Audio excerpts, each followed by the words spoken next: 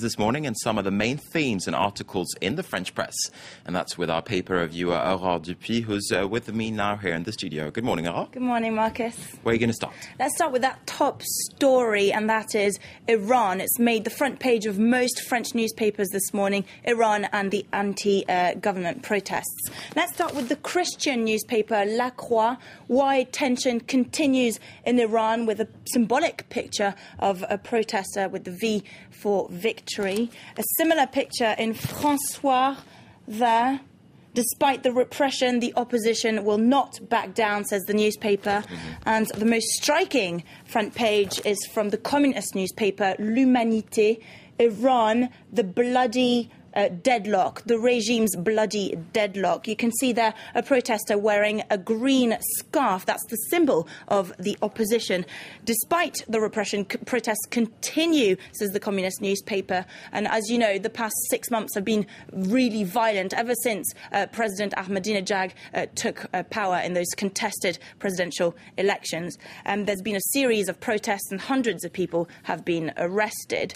Similar front page on Libération as well, I see. On Libération, another symbolic picture with someone with bloody hands. The regime is more and more criticised, and it's now using new repression techniques, according to Libération.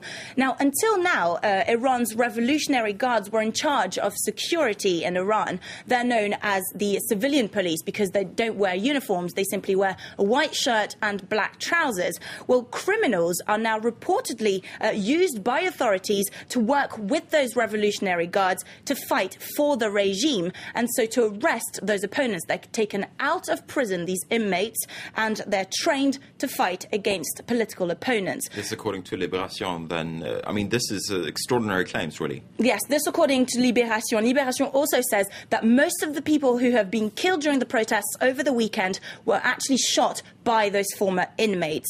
Libération warns that more violence is yet to come because protesters refuse to back down. All right, moving on to another issue in the spotlight these days, and that's airline security. Airline security on the front page of the right-wing newspaper Le Figaro. France will reinforce security checks in the airports.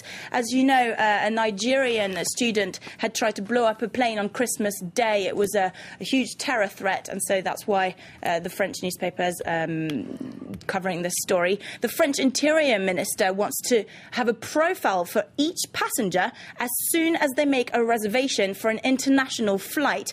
Today, when you travel from France, the company only registers your full details when you check in, when you give in your passport. Well, now, as of the 1st of January, the Interior Minister wants you to give all your personal details, so your name, phone number, email accounts, credit card details, everything, when you book, when you make a booking. The French government wants this to go across Europe, not just in France. So it's calling for the rules to go across Europe. I suppose that opens a whole new can of worms about privacy and so on and so forth, and how much details you want companies to have about your life, really. Exactly. We've got around about 30 seconds left, so you've got one more story. One more story. Let's talk about Le Parisien and its new controversy about Miss France, well, Miss Paris particularly. You can see her there.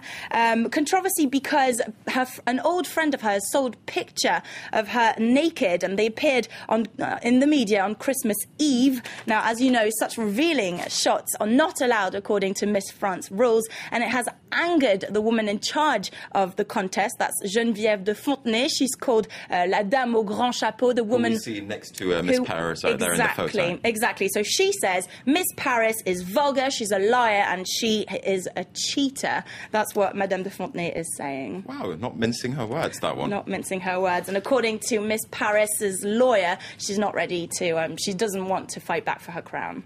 All right, keeping it quiet. Thanks very much, Aurore Dupuis, for that press review. You're watching France24. It's time now for a reminder of our top stories.